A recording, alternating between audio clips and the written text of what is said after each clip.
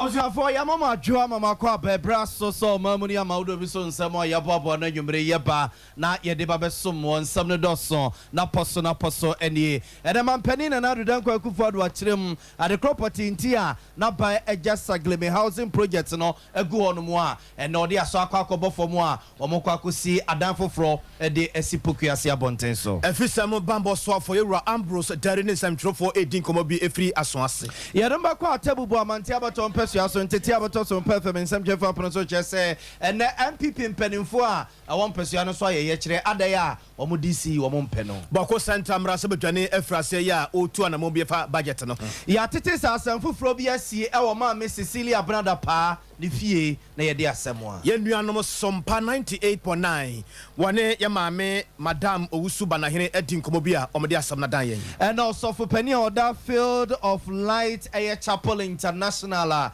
war and Grants Abonteso, and your futu a basse, and the amount somewhere as a air gentreha, a jempeteku, Rantanima Bawanemono, and it does so honomo a Besai. Mampania Bedia, Dr. Alhaj Mahmoud Baumia, Edin Sa Apimbo, a Kasimbi, at a Ghana Fugina. Yemfa Sedama Universal Natural Clinic, Kesaso so, and yeda 3A. Herbal Center for say, Oma and 3 eco capsules wapa, Mizone 5G Yagusua, Yenunum Edepa, 5G no Superman Energy Stronko, I'm a Jumabia Uye Piano, what me aye, and a St. Paul's Cooperative Credit Union for SCN Cantramo say, or more AGM no a basso da Beni, observing in the Munchimo Ebeba, when you are full floppy, and Yakesi, Yabia Wubiano, and you may yet me up near Diababa Sumo, Yenia yes. Manyumre nana ya bo malibia boga nyumre mene nana kwabra kese yenye pray na fe some no yenkomu anka samfama ye demo hyase e de freeman pani na nadu dan kwaku for na tena ye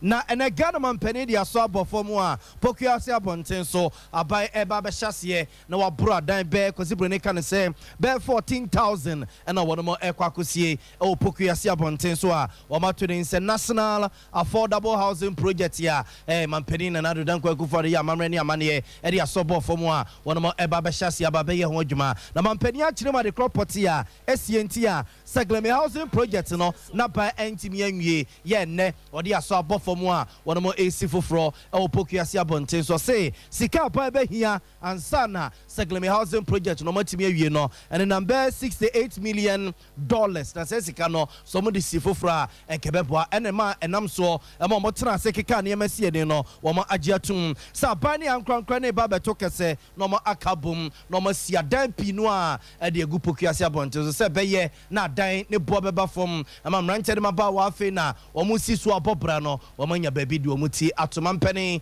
na adodan kwaku de ne emra no de aso ebo fom no ne nsema de tudwa kakra ne. For the construction of some 8,000 affordable housing units here in Pokuase in the Greater Accra region.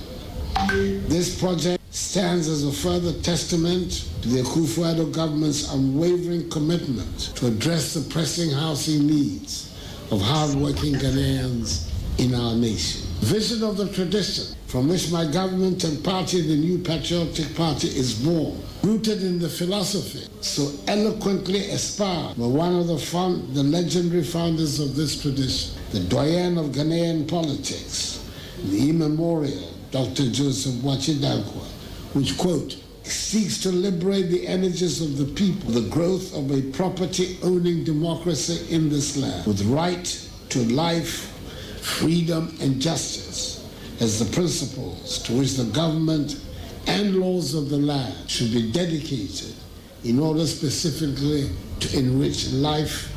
property, and liberty of each and every citizen, unquote. This housing project embodies our dedication to prioritizing housing as a fundamental need of our people. Together, breaking down barriers and creating pathways for our citizens, regardless of their circumstances, to access home. Our commitment to ensuring housing security for all Ghanaians remains resolute, and we will continue to explore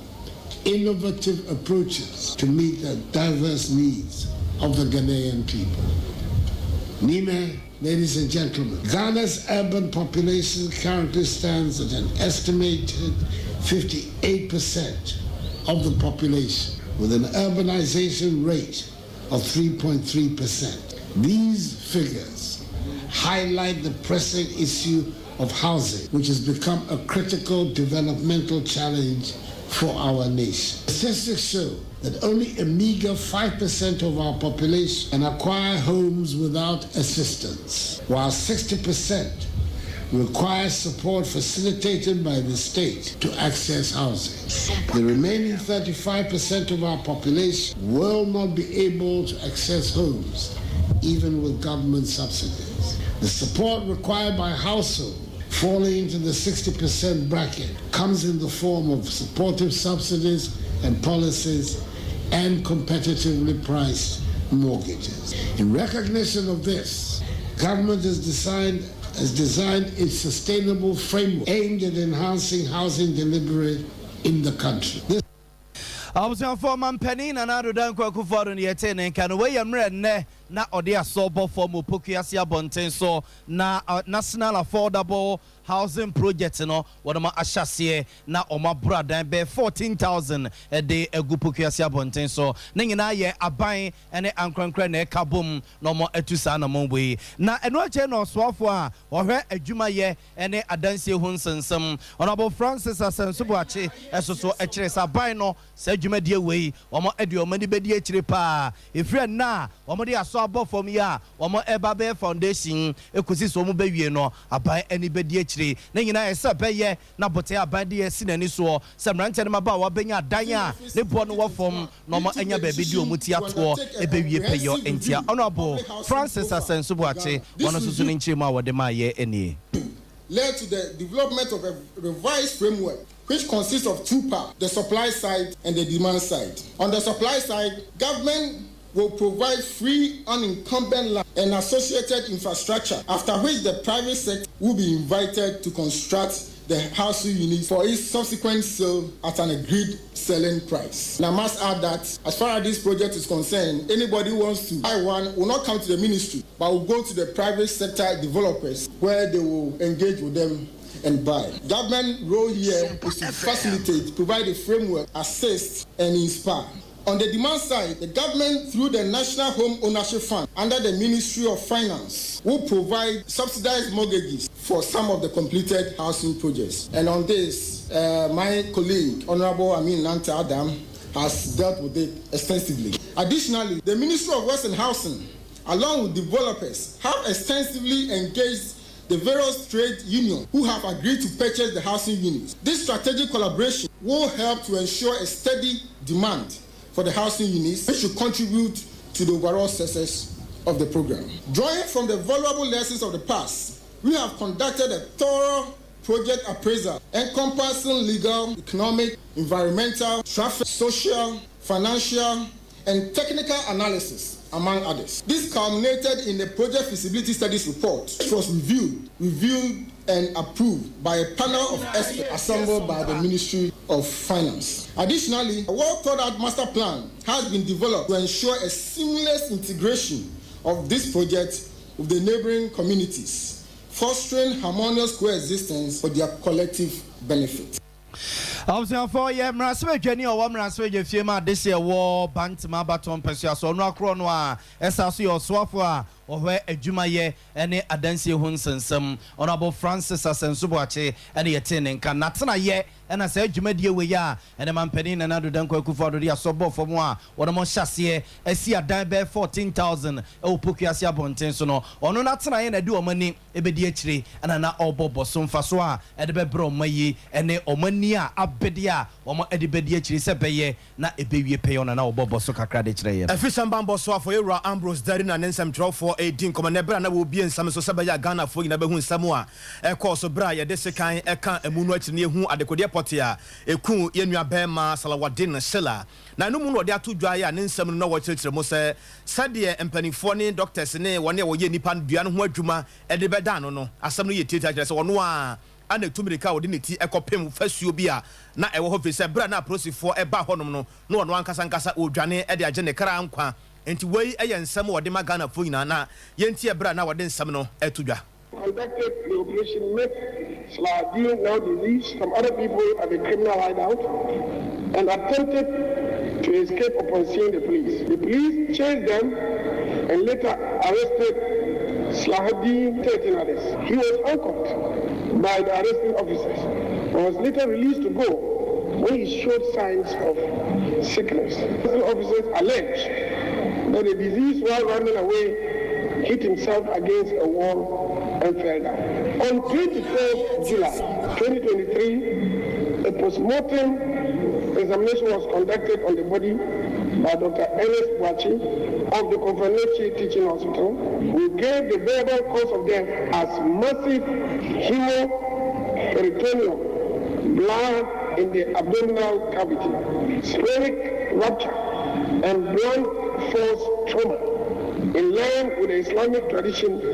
the body has since been released to the family for burial. Samba boso for Yura Ambrose Derina Yetenen Kana Swansi Honano, one Mara Sebetani, Triple M, on also the Zemkakra, as also. Hammered the house by coming to give us this update. Mr. Speaker, I must also say that the information that he has given some details. But Mr. Speaker, you can see clearly that he himself said the matter is still ongoing. Mr. Speaker, how can someone run himself against a wall and have abdominal blood in his abdomen? Mr. Speaker, how can someone who has been handcuffed be running against a wall? Mr. Speaker, how can someone who has been handcuffed with 13 others who will be released upon seeing weakness without taking that person to hospital? You see that there's a lot of gap in the police account. I'm comforted by the minister's statement that the matter is still ongoing. But my worry, Mr. Speaker, and here with great respect to my senior brother and the minister, that we've had too many of these and the matter is still ongoing and we never had anything. And I can give you 2 incidents of examples in my own constituency. The minister, if you remember Osman Audu, up to date, you've not been able to come back to this house to tell us exactly what happened. I've followed with questions.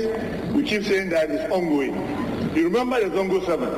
Yes, we did very well because the matter was thoroughly investigated. They were established that they were not armed robbers. Yes, compensation was paid. Honorable Muntanka eya soase marase betwane na e wosan komobono ma yenkwa homa no so na yenni komo kakra yene yewura Alhaji Aziz Yahaya na edin komo yenua be ma Salawadin ne bra eno no baba salamu alaykum nyumere yo Alhaji salamu alaykum wa alaykum assalam Alhaji na apom tesen na mi adum ne mo pa bo tiasi yeda Allah se papa Alhaji nyumere de eye boko ye busase efisem babo so for Yura Ambrose Derry eden sama babonte fa yenua bema Salawadin ni wuo no de eku no menim mwatibi na mwatibi a muso musan de omode abayi. Okay, madam atene atia matifo nyina yankopon ma ye kro ye eni yekoduru ni awie ye pa ye interior minister ka no sebi ye nyina ye jani omo ba mestre se omodi asemu sei ba abontina mo hwe se asem na mo be ka na be no kre ade ye bia be bi ho atan yo ka na nye no kre ba akokra etire se akwala no ho bi wo ho a de ne kopie mo se de me kra mete na em asefu ba be stre se omo ye papa no mti omo be ka asem a omo nye hwehwe mu yi na omo ka asem a de abutu yi meba yebu ofupa etinsem no so ankaye ye expect afi no na nye dukra ne etiye no Alhaji Odaro mananka de na mo hwia ne mo senka mo beti a mo ante wona no disem o de tu dwa no ho oye de ni so be ma ya akọ no aka se de omo ye no mfumso aba ni ahwe we forward de betimi aye because mfumso nipa ona se obe kan sem a entity ya tu obi a sebi wewu na ade atoye ni sebi akwala wa tene di ankopo ato ni san na we ka che se o no akopim by no wa he park ne so no enti ya aka no sebi enyina ye ni ma the two bi na o se anfa ho ebitimi ato yenyina o man ni ye die ni epe se obinfo fun a na ye tia no we from one near new say from certain a bear in a born man ho by. Now so be bear near the throne in somewhere and some for 10 years defend your mona, papa no mestre no yejan and on some conom review, na your kind no. Abusiane didn't ho ya papa. Asami ayabako ayemienu ayemiensa de bia aprosefo ne bia ye nuanom asoasefo na ye nuanom bia enipa bi mbanya asam no na se ye ya kata asam no so na ye ma aprosefo no ho asan mo hunu no se ba bia beduru sa pepepe na pese esi ho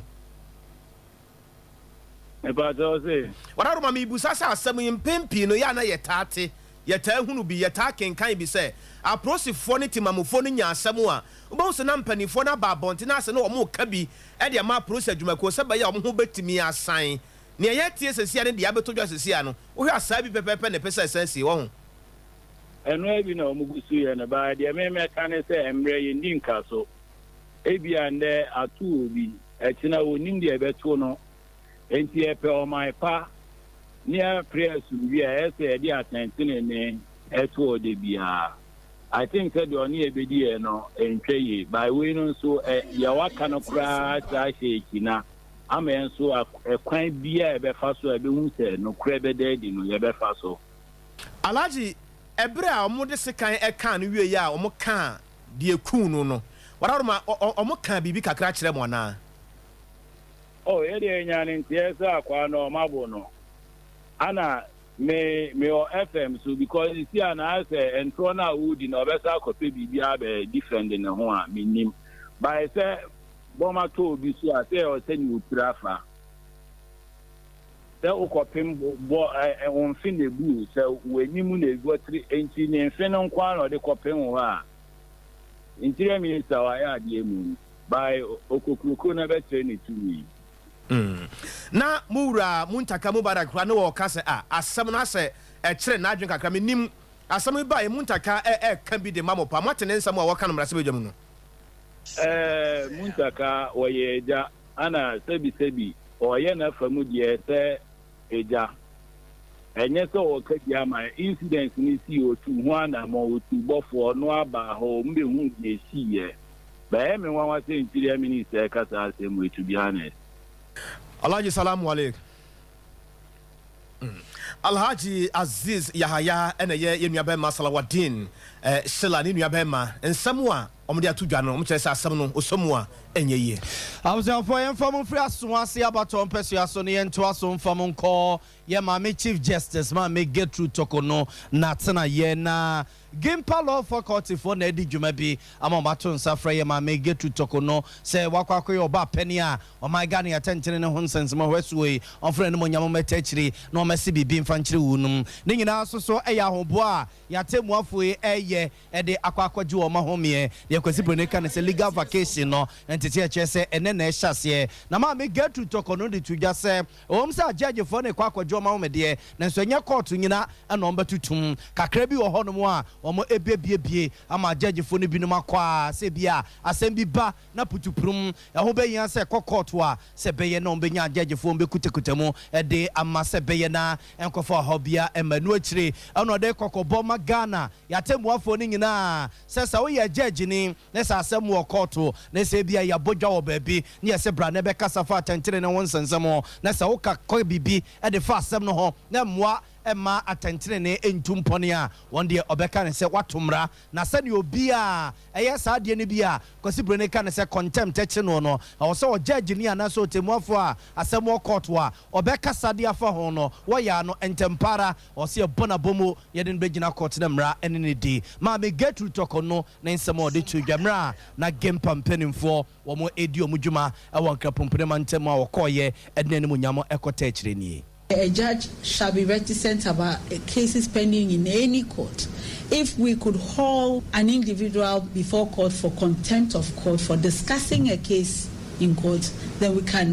we ought to haul a judge even faster. A judge shall refrain from making any public statement that might reasonably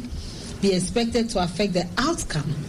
or impair the fairness of a matter pending or impending in any court, or any non-public statement that might substantially interfere with a fair trial or hearing. And as you can see, I'm reading. That is part of the code of conduct.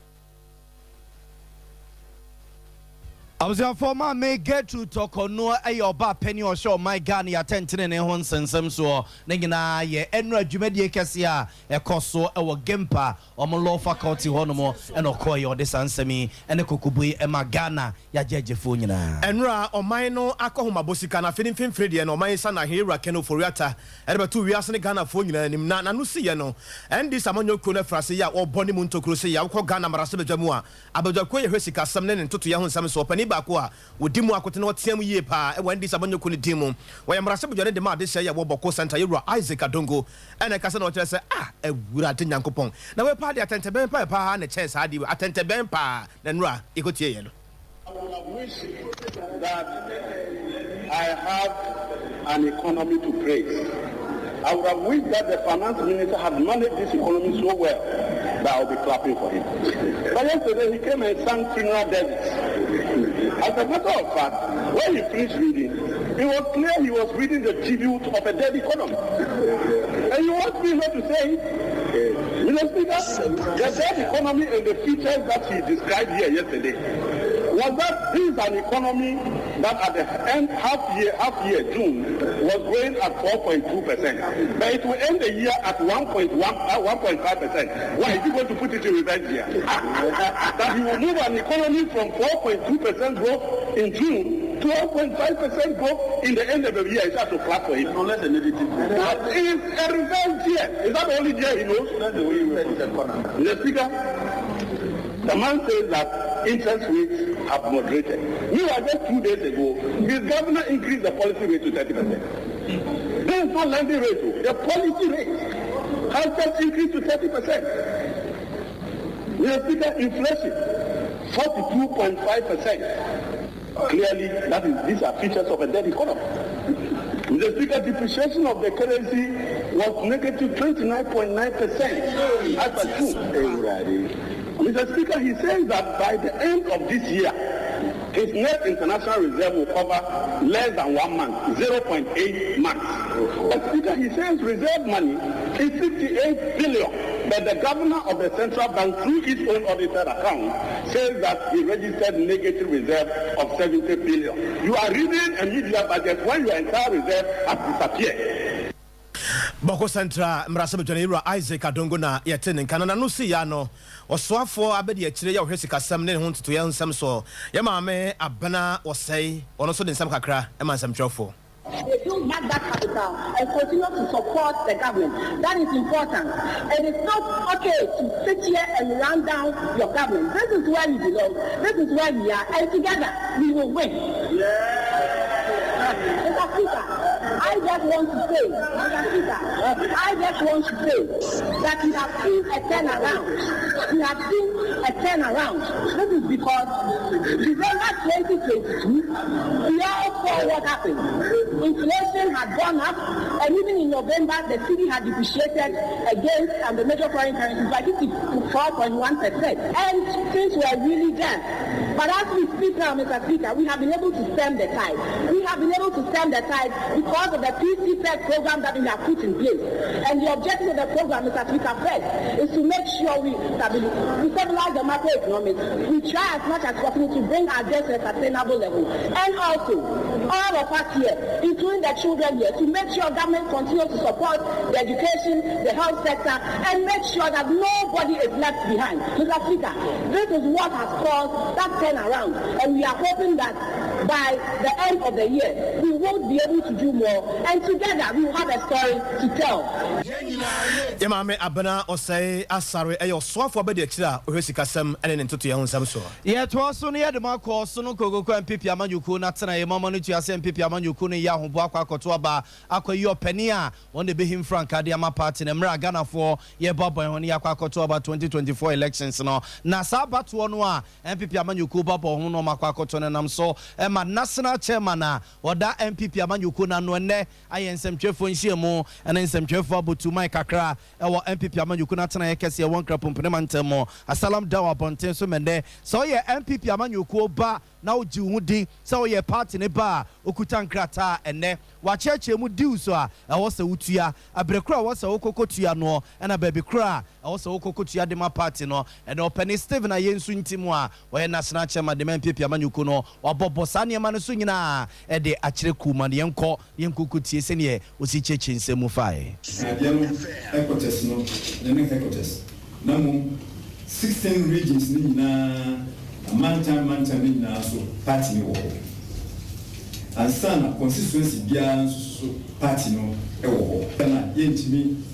emma party na adwuma enkoso e wo Accra enkoso e wo regional capitals na enkoso so e wo constituency levels this is a command kono edigu ntin de design hye aba we e fufro a betre ya chemu nine do se was into boy was obia we pick ba ko no kutia a chese we MPP ni no ya chemu nine your bronze the kutia cities usumibia and your silver and so de no bitia 5 cities usumibia gold and so and so bitia 8 cities usumibia platinum category and so bitia 10 cities usumibia nyenhye wa kasa na behwe mu no ahwe bebi a wa hoɔden ɛwɔ ɛne mfaso a sɛ ofa ba ko a ubinya afi mu na wa kasa we na mepɛ ɛnyɛ Abzafo nti we ye national chairman de ma osono kogoko MPP amanyuku ni yewura Steven Ayensu ntim ne yete ne nka we yemra na ne party ne mpanimfo ayenhyehye omo ne nsamtwefo botuma kakra ne nyina eye wo ye ko ba ekwan obefa so na odius watua de ama ekuo no ekwan obefa so a wobetua no ebrekura wo se wotua no ene baby kura wo se wode dius no ko nyina no ene yewura Steven Ayensu ntim ebobo so de ekire Ghana ma de hye ne no ekire e do pani we sikasam ene ne ntotua so de MPP amanyuku no Dr. Charles Dwamena dodona sarmane se Dr. China so no de kakra so se ne de yese wo abefu mu abefu digital no entini ya ne so obefa phone ekese momo obiamia ne pre sa na je se watua tum ya watua tum so a ebema obibi a bedi adanse se no kre watia udius e de ama MPP amanyuku no yaba debi yina ye prepare yenim asamanyo ko no penufo epese ye nsika se mi bibia konkan enu nti ne design improvement so yina bemu a beboa emre Ghana is over 5 million votes almost every electoral cycle. It goes without saying that we have a good membership base. Yeah, probably not all people who vote are registered party members. That's what this whole thing is about. We want to push and make sure we get the database of all our members, and in so doing, we aim to over the period of the electoral cycle register at least 2 million of our members, so that we will be able to say that these are bona fide members of the party. And once we get the database of our members, then of course our members will be made to pay dues. So within the next couple of years till the end of the electoral cycle, what I mean by electoral cycle is the tenure of the current administration, we are aiming to register no less than 2 million of our members on a solid database, so subsequent administrations will keep on building upon it, and together we'll grow and make the elephant stronger. It is Abusia wana hwesika samne ne ntoto so de ma so no kogoko MPP amanyuku no Dr. Charles Dwamena ya dodona asarmane se Dr. China ena yete ne nka nyina ye ne NPP amanyuku ne nsɛmdwefo nhyiemu a wɔn mo yɛ won krapɔmpone mantam mo wote yanka anwumre Sompa 93.1 FM Sompa 90.7 yɛwɔ bono Apo FM Sompa 98.9 ɔmo so ɛwɔ ahafo na afɛ so bono ɛne ne mpɔtamu yɛda mu nyinaa mo asese mu kura kase no adehye nso etie nsɛm a ɛkɔ so na yɛgyina mu ɛwɔ sunwane yɛnuanom Sompa 98.9 ɛna ɛne yɛ maame Justina Owusu Banahene edi enkomo wɔn ne bono mantam no soafo na ɛyɛ bibi ne nyinaa ɛyɛ sɛ asomdue abua ya ɛwɔ bono mantam no mu no ɛna ɔto nsan frɛ na no mo atena nkonwa imam ahodoɔ asɔfo ahodoɔ ɛna afɛ so nyamsomfa ku ahodoɔ nyinaa sɛ obiara mbra na yentoato adwena yensinkunya na yehwe kwampa yebetumi afa so asomdue betumi edi hene na nam so mampuntu mapanso to emfa ntampa na edi afira yebeka mpuntu ne beka amamre ene amane ho asem ne ya kire sade nkyiri manso wo kina bi no ya wo moba no behunu sade amamre ne amane ho nsem esi ekro ne bra dwumade no ɛkɔ no yɛnua no Sompa 98.9 na wɔ hɔ a ɔtwe bɛyɛ maame yɛne yɛ mantamfo ɛne ɔman no nyinaa ne na deɛ di kan ɛyɛ wɔdɔ sɛ wobɛdɔ wo ho wonni wo ho awu wontan wo ho wobɛdɔ wo nua wobɛdɔ wo yɛ wobɛdɔ wo kunu wobɛdɔ wo mma wobɛdɔ ɔno a ɔno bɛfi pam abusua ɛne abusua tenten I mean the nuclear family and the extended family na ɔbɛsan adɔ wo kuro ne saayɔ no ɔman no asomdue no ɔman ne nkankɔ no ɛbɛpagya yɛn nyinaa yɛbɛte yɛ maame yɛnana ana yɛanya ma ɔtɔ so mmienu a ɔnyɛ no baabi kɔ kampa ka sɛ metiri nyɛ metiri a ɛnyɛ ɛne sɛ abanana no mɔdaroma motaa m'akyi ma yɛ ma mpanyin ayi me sɛ memɛtena sunwan na memɛyɛ MC bɛtena akonnwa so no ɛnde bosome mmienu ɛna menya ntɛ sɛ nana ɛho ɛdodo no ɛne mpɛn bi a mɛkɔ no hɔ bia na mɛkɔ akɔka apɔmuden ho nsɛm na mɛkɔdodo no na mɛkɔhyɛ ne nkran ɛwɔ yadeɛ a na ɔyadeɛ ɛmu yɛkurokurom nsumankwafoɔ yɛ ɔmo deɛ nananom nkamufoɔ yɛ ɔmo deɛ ebiebie koran ɛhyɛ nkran yɛ apam asɔfo ɛyɛ ɔde ɔmo bɛyɛ biara nnura ahodoɔ ne adɔkafoɔ yɛ ɔmo afram deɛ nanso deɛ ne onyankopɔn pɛ no wɔyɔ ɛma mɛ ne wo ɛbɛyɛ nyisia etibitiri anyɛ yɛ sɛ ne ho nsɛmpa ɛnɛ ɛnanom ɛka bi kyɛ ɔmo nya mmerɛ ne no ɛnante yɛ ɛnya mɛnya bi nanso mɛnya bi nyinaa no yɛ baako anaa mmienu na anyɛ hwekram sɛ nana ne kasa mu na yɛ asomdwe ɛkasa na yɛ kasa ebuo ɛwɔ mu ɛmboda kɔ n'ani abere denden kora no na ɔbrɛ n'ano ase ɛde kasa ɔteaw no na ɔteaw ɛde siesie ɛde yɛ yie ɛne yɛ a ɛtwago yɛ bromantam ɔne ne soafo yɛ maame Justina Owusubana hene yɛn kɔ ma no so na yɛne yɛnua kwam redu enkodi enkɔmɔ yɛtete sɛ nnɛ ɛka dɛ ɛnka pragiafoɔ ne kee mempedimfoɔ ɛde bomu kumasi abɔnten so anka yɛnkwa nkɔte asɛm papa yɛne yɛnua kwam redu nkodi nkɔmɔ yɛnkɔbisa sɛ ɛde asɛm ne si yɛ a ɛno nti pragiafoɔ ɛne kee mefoɔ de bom wei kwa majoy Majusu Alibia. Boyan common and eba ne say I tete say se pragia for ne ke many aposi for their bom e kumasi abonte so na de na e de asemwa Libia mame na se na che de wedi kan de atidwa no so be kai a be ne kakra ni e na pragia for ana kemi e de betu dwa se se de omusi omu adwuma ni nti no wona wode pragia efe nipa dia ba krum ina city no enya ade a omo ne ge ho eli nti no se womo so womo di free akuriti a ombedu run about ne miamia hudu bi a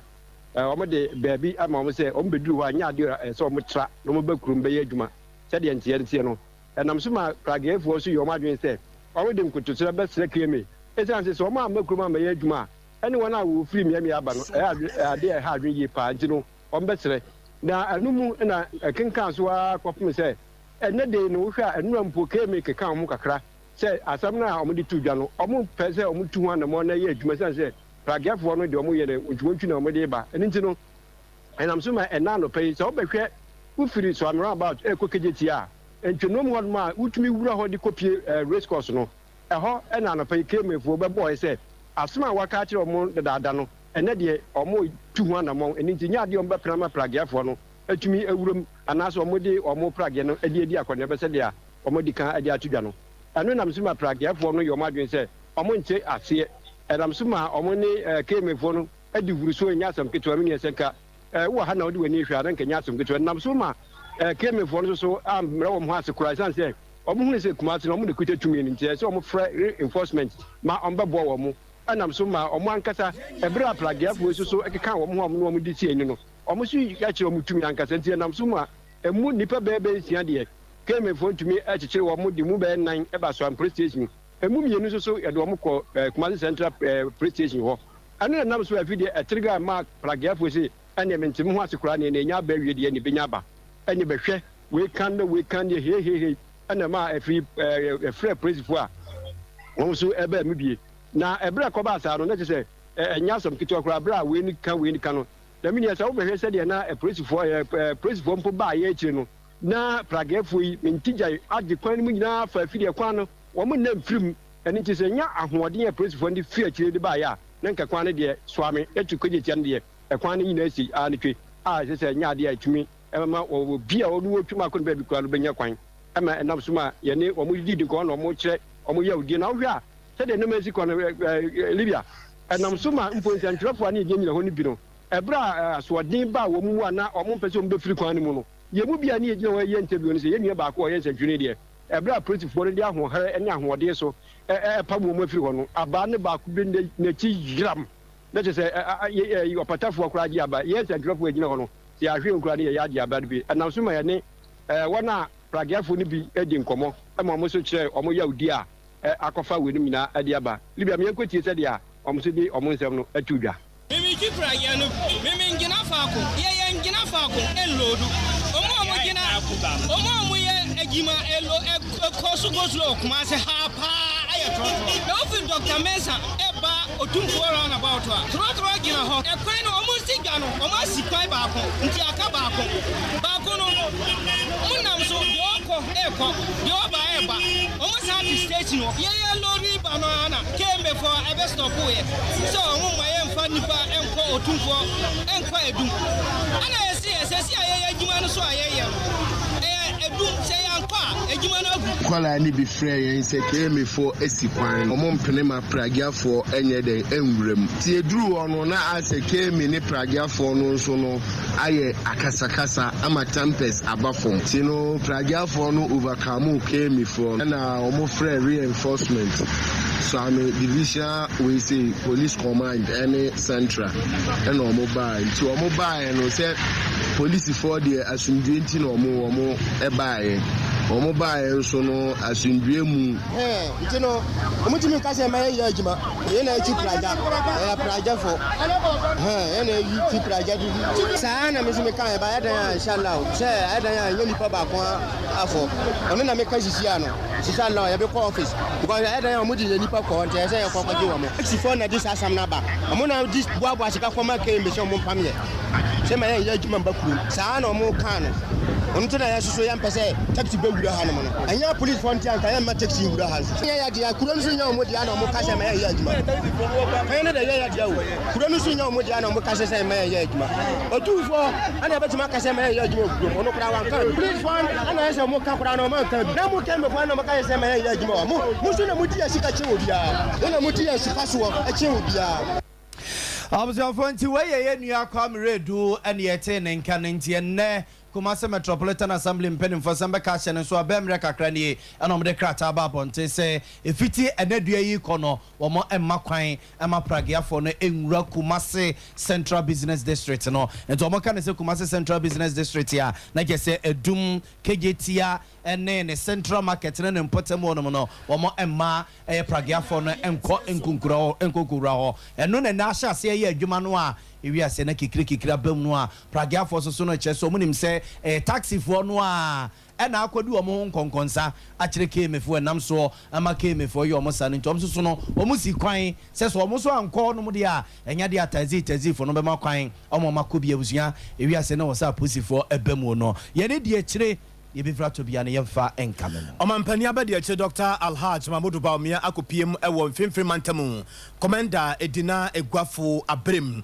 na wone mpanifo edi nkomonsan de wasane bebremu pa opani no asema wo ka nyina no eyeteta wo tresa wo hwe wone a opase ohim franka edema NPP amanyoku no a wono nko a obetim de nsa ese ne bo people se wono nko a na NDC amanyoku no esuro no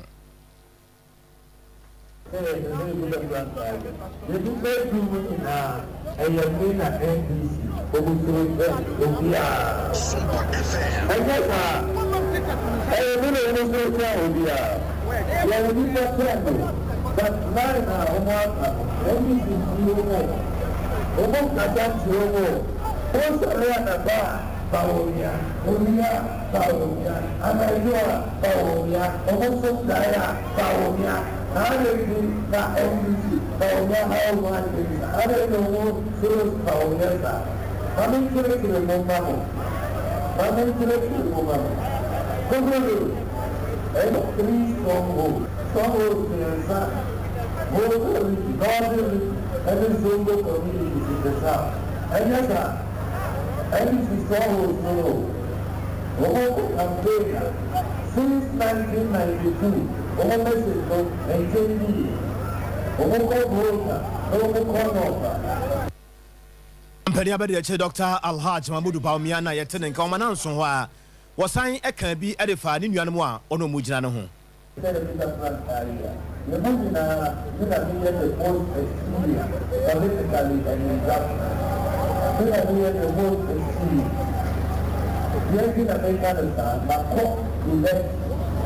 Presidential election. 4 times. And yes, my year having made 4 times. 4 in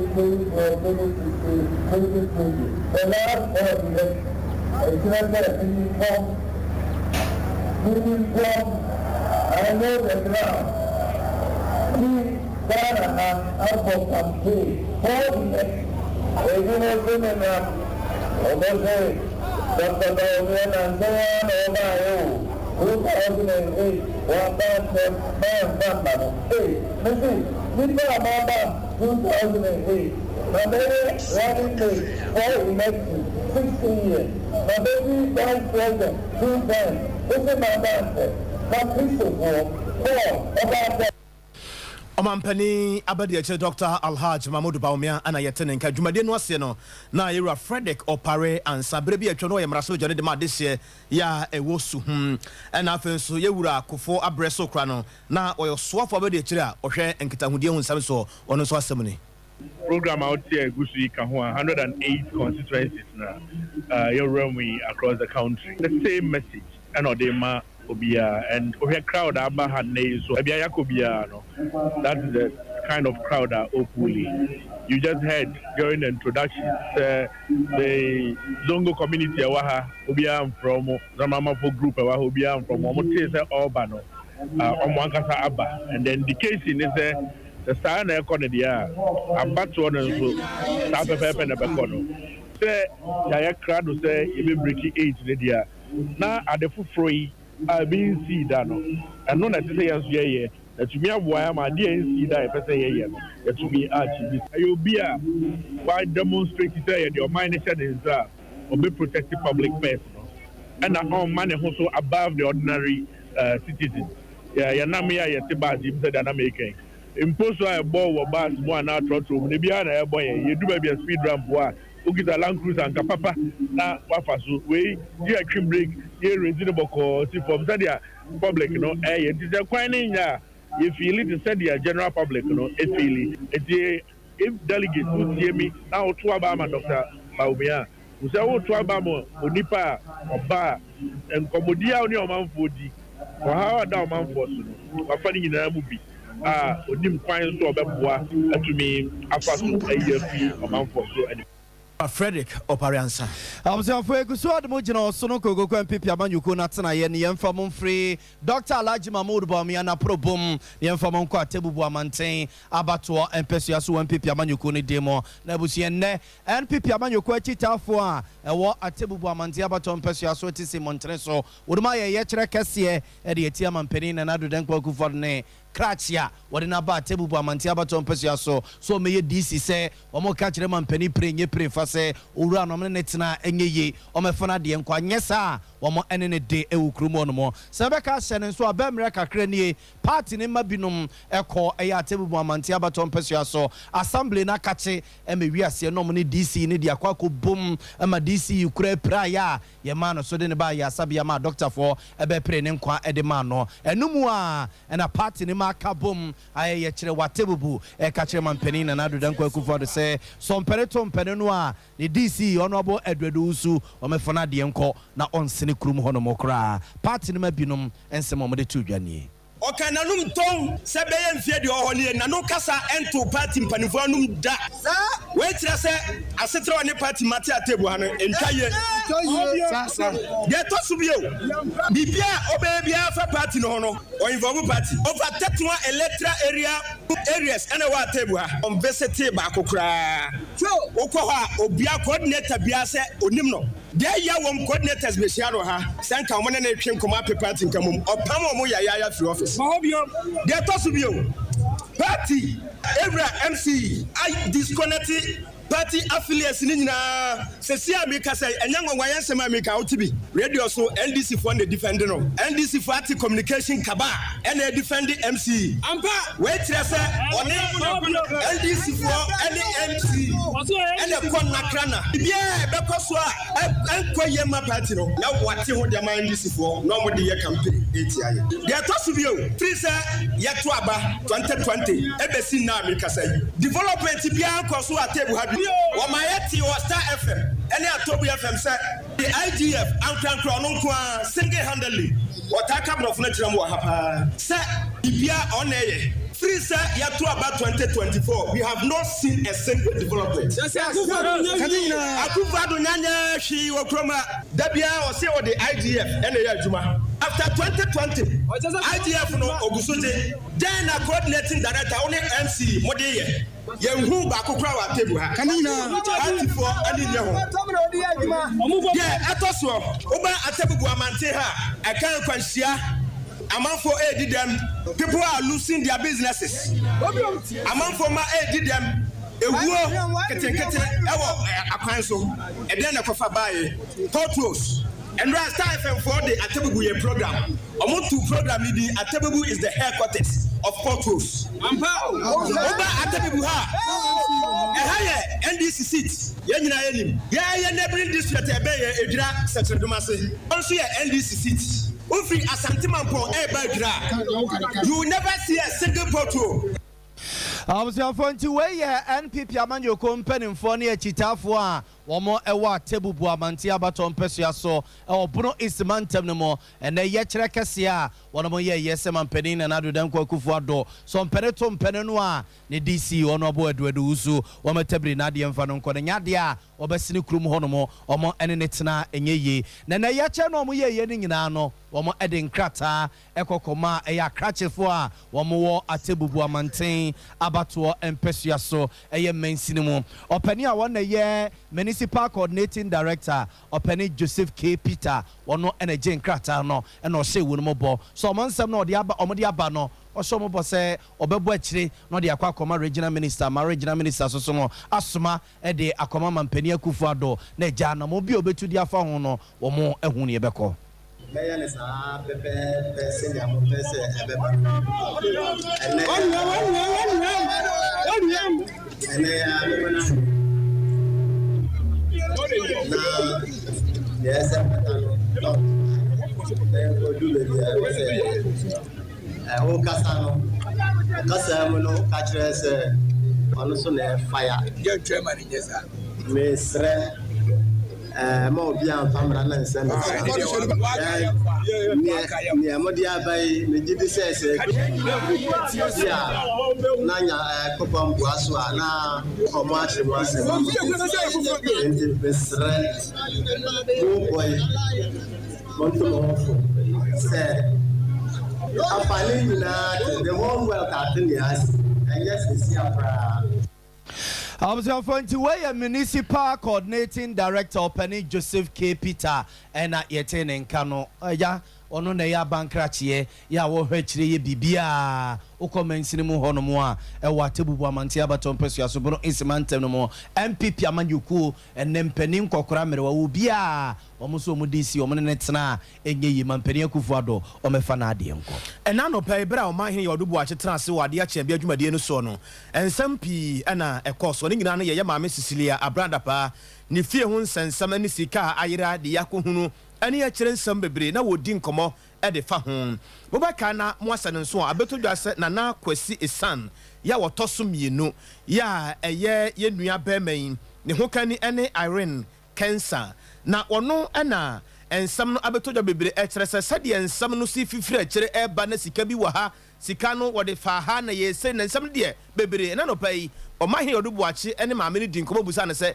ne ye atie ne ye piepie so nkakra no asam bi wo mu ana me na ya de me ne wo enkomo dada nti eno na me ko akwaje me eli ena modi we beto me kwan mu ho no eno sika na asam na mo ka no me ne bibia akwaje me eli ena modi we beto me kwan mu ho no eno sika na asam na mo ka no Meaning Bibia, Mete, said the Muna Martin, Sana, Memes Metin, you drew me lawyer Honamo, and I'm on the way, ever, and catch her, movie no, I can't say the most so Matia family, I better Honamo. It's a woman mecano, me lawyer, and Nimuna Sassamy is see. We now Muna Martin, Sana, it's me do lawyer Honaka, so what's in the side, yeah, and that one about the year. There's a macramono, it I said, says the canoe, and my edgy, and my sa, and it's here, yeah, Cassam de Mete, and lawyer and as I did we now see. Madam Kessa, the Bibusan sent what catch a lawyer didn't say on 2-1 a moment. And Raquam, dear, Sato on the most idea, and then let's say, Bibisabit me a free more, I finish my friend, and some kind of make call me lawyer, what early, what about cat, but I feel I'm a lawyer with my child. And also, the later on nature, didn't come out as a mess up, me cramming money by some cross going to the chain, the madam on our own fun side. Awusia we iron cancer ye nana ya ye fa nana kwesi esane otoso emienu ne ho kani eno no lawyer William Kusi dwumade no so no mahene odubo achene ne din ko busa na se wo na wo ye lawyer e de ma ye nua bai ensa no tesen ya kase obi court akwaji letters of administration na okọ court akwaji tuni e de ache obi a wo free mu ajapade na me no nyina nim se sika ye ajapade enti se Papa no $800,000 and that's a Japadia Cassia. And Tia share inventory, no sika. 800,000. Not my 2 million a grantia, a grantia, BDHD. My mom to me so much and BDHD, this can be I'm going to no much. I'm sending him actually. Papa Nijama and I and Tiomona can. The record no, but sir, what you say is you the BC dying, the Victor, be near the other. And to move on with the Sanya part of the money. Just a near my free sass can buy a piano, mobile claim on it. No, correct. I'm going to Manson 10. Oh, Manson be earning, says he can every end and yes, he can on say, we are dear, Sanka Nimudia, but they say on record to Nidia. One and here to Manson. I got this.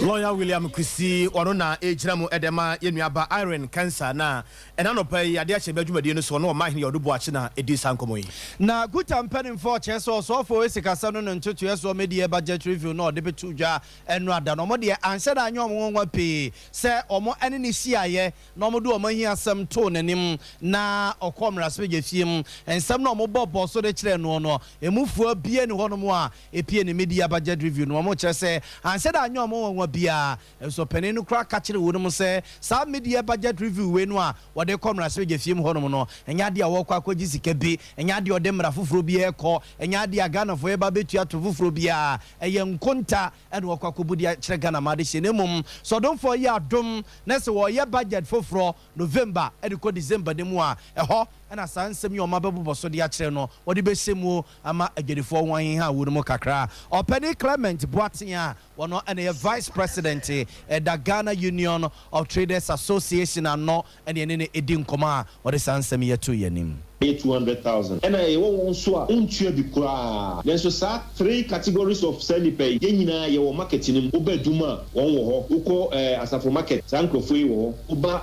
magazine sankofui wo uba enkran aboso kan a sankofui wo ko makola yenyina sa categories ye wo the same place ye didwa and the customer no oba beto ade no anase consumer no oni hye bia say ese say oto ade wo obi a on register about wo and therefore it say people on register no onye bat and the money cheaper no enti no customer no tem be obe prefer say obe ko say nipa no wakoto enti e ma the VAT system no e wo memu ha no enye uniform enti no it was a expectation say ta no na obe address it. And then the issue of shipping line charges shipping lines e wo memu ha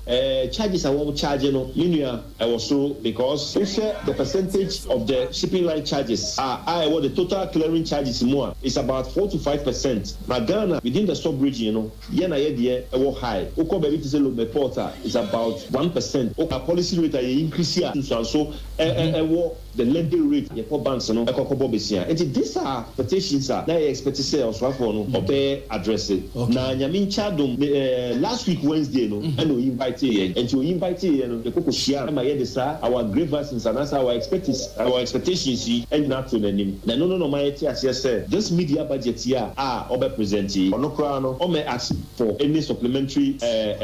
budget biara ɛbɛfa sɛ bi wɔyɛ overspending and therefore we need this supplementary budget afei nso no ɔmfa any additional taxes bi anyɛ dɛn ɛma nti yɛ grievances na yɛaka ne nyinaa no wate ne nyinaa na emu no ɔbɛ factor no ɛwɔ the main 2024 budget ɔmbɛ reading no. Observer Penny Clement Boatin, your vice president, our Dakutaku no ano. Yera Samson Ade or a senior fellow ewo Kopek or na Casano say August Bosmi a Yewramu dear petrol diesel and the Keka Hunginano will be a Emian bed to me na the Ebano a Suche Kuri. Every month be an review a year prices now started with the first day of the month and now the 15th day of the month to share the first pricing window for the month of a year August now over the last 2 weeks now a computation a year petrol and another fuel prices now increased by 9% and more and I will say a year petrol war a year 13 cedis 27 pesos per liter now this is a 13 cedis a year 93 pesos per liter now a year LPG swap for 11 cedis 79 pesos per kilogram. Okay, good for oil now. So that they can say any impact a year fuel prices. So because one, the quantities they ban extra. Yeah, sure say a year 40,000 a year metric tons. And now good for oil no edemaya. But Bosumi Biano you use a year 350,000 metric tons. Into all the 40,000 metric tons so bad. And now they say do more a half and I say 1/4 crowd now what I say be making an impact. And now a boy a year good for oil a year more filling stations for no use no no a born the anchor na pocket German super no e pe the gold any share omunyina with the same price into make impact here and na a German so board so kind no instead and that man de ba ko higher now talking about private refinery no private refinery you need a board de be die say the cost say e panana no hono ma say no de be die say a board bet number from there bet ma pa ma ye fan wo you carry the kwa ma no say ye konane na ye ko $10 ya kofa na hona ne wi $3 ne ya sa dia ba no bet maxi ama ye ka ye bo no hu na ye wi ade ni na bet pa me ye pamba for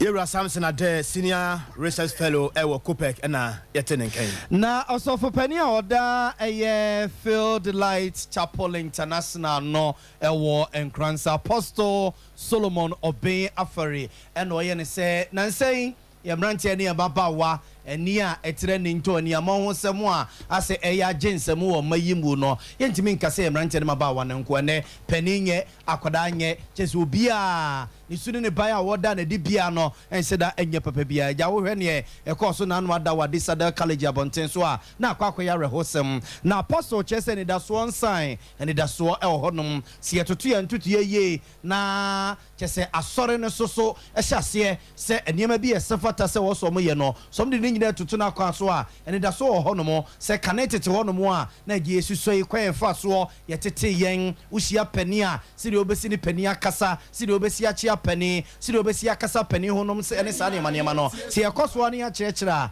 ene da so honom e de mo manyi apostle de sansame tudwa wabra na yenua owa hene champon atena dwam e o Sompa 90.7 FM so e wo enkransa bonten so a no ne apostle edidi nkomo efa yemrantie ene yemabawa na sen yesu ene yeban ho eya wofo no yen time kosra yen kola no e wo boarding school akola no kora ko school no awofo na nkobi wako school no asanso abedufi awofo na ntumi ankosra no the whole time akola betumi akọ school the whole from SHS1 obeye SHS free na ne maame ne papa ko ntumi ankọ school moda nti sa visitation no ye kohwe ye nkola no very important cause akola no hu say me maame ana me papa taiba ebesera me onim teacher fo edi nkoma subi wo ha akola no onda ne di because hu say oda ne di a ne teacher be ka che ne maame ana ne papa nti yen time ko sra ye mba no e wo suku very important the atoso mi no mesia ka bi o me say aban ni hihye ya ya gi tumi efri ɔsom ahodoɔ a ekuta sukuu no ɛne a teacher for no nsɛm no aban hwɛ na on restructure nneɛma kakra ɛyɛ very important sɛ aban no ma nneɛma mmara fam womma kwan na yɛntea nkɔlaa no wɔ yɛnka sɛ teacher no kɔhwɛ akɔlaa ma ne ho mpaapae but yɛmma kwan na ntea bi mmra esuro na ehu bi mmra yɛmma kwan na saa sɛ yɛtwe nkɔlaa n'aso ɛwɔ mfomsoɔ kwan so no ɛyɛ adwuma biom ɛwɔ sukuu mu a ina bebrebe kofo Observe we Apostle Solomon obeying Aferia wada Field Light Chapel International no ena yetene nken yemfa sedama Universal Natural Clinic o se men kan kire say yentini ene dompe mu a dompe ne se buo sa afreche sa to afa won sa wo sasa bro nansi a weda no asesa no a emu aye nyunyunyu kakra no o sasa bro na aka no ho a o se ni da so ho no mode ma wate wachini a wabamu abu Universal Natural Clinic se fantini ene dompe mu adwuma nyina ebeda no onye enfama siatica nyina sa wo to ase etwetwe sa no o se nyina wo ye ho adwuma pa ena stroke no so de aye obi a akawato fom e ma wo sore ensore obi se wasaw yade na so ntimi nkasa obi se wasaw yade na so ntimi nante a Universal Natural Clinic semen kan cho se da so e wo hono edema o watonsu esline o bebu nsuo mu hono wo se ne nin nkomo e wo 020 0158272 02001582272 and a mizone 5G no yeguso aye no manwumre eno ane de ball kase so mizone medical catcher si o mahudo benum ye obaako a de anka nko a ene yeye ene obaako so a mango nko an ye de yeye ene obaako a de pineapple abrobe ena ye de yeye ene obaako a yaka fruit ni nyina de abom sa e de pa na so sikire nim eye ma obia empani enkokora enkwada emrewa wo bia enum bia ebone nkankan se wonya ice block kakra wo hwie gu hu sa no na yete nkon na si hu edepa 5G no so ma energy amadwuma bia wo ye bia no wotima ye no ye ne ye odo ani kire sompa he dodo a wo pe bia no obenya na wakọ akwakoyi ni wanwan ama mansan enya bia to 3A Herbal Center so the 3A cool capsules so aba we Coco Master Coco no se ni city bia ase be hye obetutu ase e de afri ni padua no Coco ntide bia wani so taye otum wani so ko na aye de bia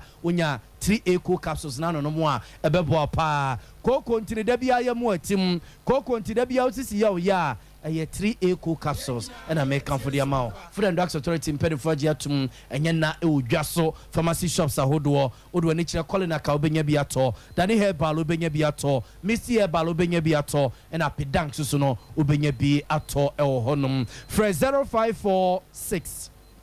107107 0546 107107 and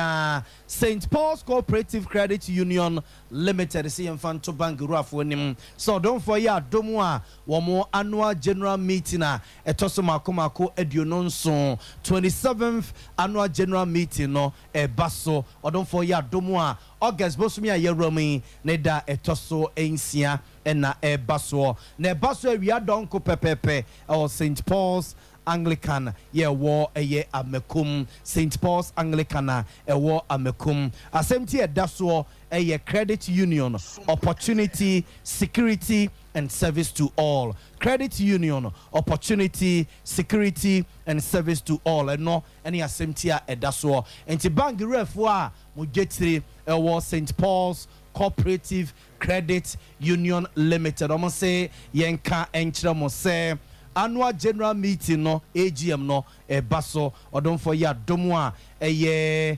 August bosmia yeromine da etoso ensia we adonko pepepe